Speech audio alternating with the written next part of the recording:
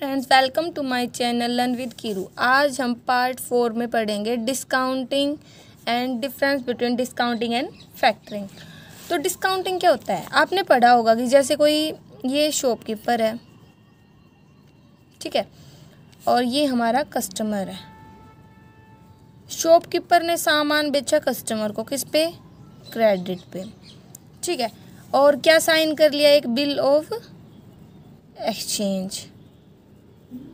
Bill of exchange मतलब कि भाई एक टाइम पीरियड के बाद, मतलब जो मैच्योरिटी होगी जिसके लिए बिल ऑफ साइन किया गया है, उसके बाद कौन कस्टमर किसको पेमेंट कर देगा? शॉपकीपर को, ठीक है। ये हमने पढ़ा। लेकिन कई बार क्या हो जाता है कि शॉपकीपर को ना टाइम से पहले क्या ज़रूरत पड़ जाती है? मनी की। तब वो क्या करता है? वो किसके पास जाता है? वो जाता है हमारे बैंक के पास। बैंक मतलब फाइनेंशियल इंस्टीट्यूशन जो हमारी हेल्प करता है और क्या करवाता है? Discounting of bill of exchange. क्या करवा लेता है? बिल को डिस्काउंट। किस में?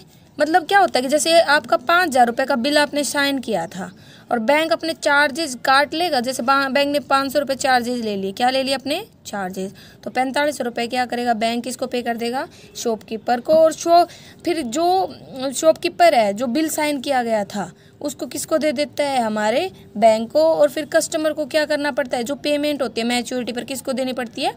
बैंक को, ठीक है। इसमें हमें पता है 3 पार्टीज होती है, ड्रोवर, ड्रोवी, पेई, ठीक है। क्या होती है? 3 पार्टीज होती है, ड्रोवर, ड्रोवी, पेई, ठीक है। एक जो हमारा बिल बनाता है, एक उसको साइन करता है, जिसको लास्ट में पेमेंट की जाती है वो पेई, मतलब जो पेमेंट रिसीव करेगा। तो हमने पढ़ा डिस्काउंटिंग और बिल ऑफ एक्सचेंज में क्या होता है कि मैच्योरिटी से पहले बिल को डिस्काउंट करवाना किसी फाइनेंशियल इंस्टीट्यूशन से रिक्वायरमेंट हो जब हमें मनी की, ठीक है। अब हम पढ़ते हैं फैक्टरिंग और डिस्काउंटिंग में डिफरेंस। देखो नॉर्मल सी बात है, फैक्टरिंग में क्या होता है, इसमें सारे जो ट्रेड डेब्ट्स होते हैं वो सब आ जाते हैं, चाहे आपने कितने भी लोगों के साथ मतलब क्रेडिट सेल की हो। जबकि जो हमारा डिस्काउंटिंग होता है उसके अंतर्गत क्या होता है, उसमें जो एक इंडिविजुअल होता है ना, सिर्फ उसी के रिसीवेबल्स को कवर किया जाता है और उनको डिस्काउंट वगैरह किया जाता है। फैक्टरिंग के अंतर्गत क्या होता है, जो फैक्टर परचेज है, मतलब इसमें क्या होता है कि भाई जो भी हम डिस्काउंट करवा रहे हैं, ठीक है, उसमें क्या होता है कि भाई जो फैक्टर परचेज है और जो ट्रेड डेब्ट्स है उसमें होल्डर फॉर वैल्यू, मतलब देखो हमने पढ़ा था कि जो फैक्टर है, ठीक है, वो क्या कर लेता है? सारे डेब्ट्स को ले लेता है और उनको फिर वो होल्ड करता है। मतलब लगा लो लास्ट में जाके कस्टमर पेमेंट ना करे तो कौन उनको बोन करता है? उनको फैक्टर बोन करता है। जबकि इसमें क्या होता है, लगा लो लास्ट में जाके हमारे जो डेब्ट्स हैं, हमारे जो ट्रेड डेब्ट्स हैं, हमारे जो बिल रिसीवेबल्स हैं, उन्होंने पेमेंट नहीं की तो बैंक क्या करेगा भाई? जिसने डिस्काउंट किया था वो किससे वापस मांग लेगा? हमारे शॉपकीपर से पैसे, ठीक है।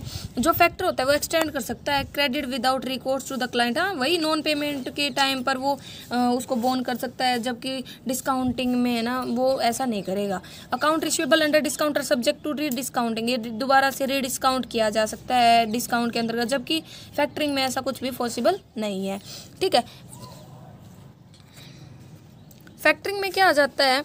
फैक्टरिंग में आ जाता है purchase and collection of debts, management. ये सारी चीज़ें हमने पढ़ा है, इन्वॉल्व होते हैं कि भाई उसको परचेज करना, उसको कलेक्ट करना, मैनेजमेंट और रिस्क वगैरह देखना, ये सब कुछ आ जाता है ये इसके फंक्शंस में। जबकि डिस्काउंटिंग में सिर्फ प्रोविजन आता है फाइनेंस का, ठीक है। बिल डिस्काउंटिंग में क्या होता है? एक स्पेसिफिक वन है in the sense that it is based on an individual wheeler eyes. ये किस पर बेस्ड होता है? इंडिविजुअल बिल पर, ठीक है। और the individual transaction only on the other and.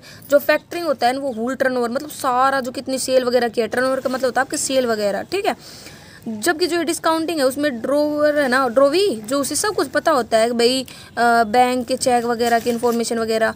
जबकि जो हमारी फैक्टरिंग होती है अनडिस्क्लोज, उसमें हम फैक्टर को सारी इन्फॉर्मेशन नहीं देते, सिर्फ कुछ ही, जैसे जो भाई हमारा जो कस्टमर है उससे रिलेटेड डिटेल देते हैं और सारे डिटेल नहीं देते, अनडिस्क्लोज हो जाता है। जबकि जो डिस्काउंटिंग होता है उसे हम बैंक से रिलेटेड सारी इन्फॉर्मेशन देनी पड़ती है, ट्रेड रिसीवेबल को भाई आपको इस मैच्योरिटी पे बैंक को आपको इतने पैसे देने हैं, ये सारी चीज़ें हमें पता था। इसमें मैंने बता दिया फैक्टरिंग में भी 3 पार्ट है, इसमें भी। इसमें तो होते हैं क्लाइंट, फैक्टर और ट्रेड डेब्ट्स, और इसमें ड्रोवर, ड्रोवी और पे, ठीक है।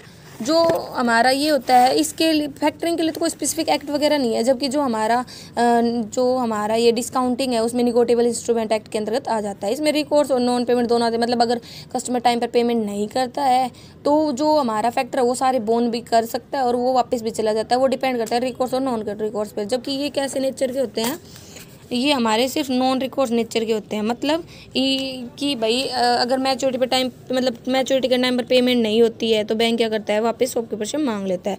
बिल फाइनेंसिंग थ्रू डिस्काउंटिंग को क्या रजिस्ट्रेशन ऑफ चार्जेस वगैरह की जरूरत होती है, किसके पास, रजिस्ट्रार ऑफ कंपनी से। जबकि जो फैक्टरिंग होता है उसमें ऐसे रजिस्ट्रेशन वगैरह की जरूरत नहीं होती है। डिस्काउंटिंग एक प्रकार का बैलेंस शीट फाइनेंसिंग है, मतलब हमें इसे बैलेंस शीट फाइनेंसिंग थ्रू मतलब बैलेंस शीट वगैरह में इसके बारे में दिखाना पड़ता है। जबकि ये जो फैक्टरिंग है ये ऑफ बैलेंस शीट फाइनेंसिंग है। ठीक है, तो ये इस प्रकार के हमने इसके बारे में डिफरेंसेस के बारे में नेक्स्ट वीडियो में इससे आगे पढ़ेंगे। Thank you.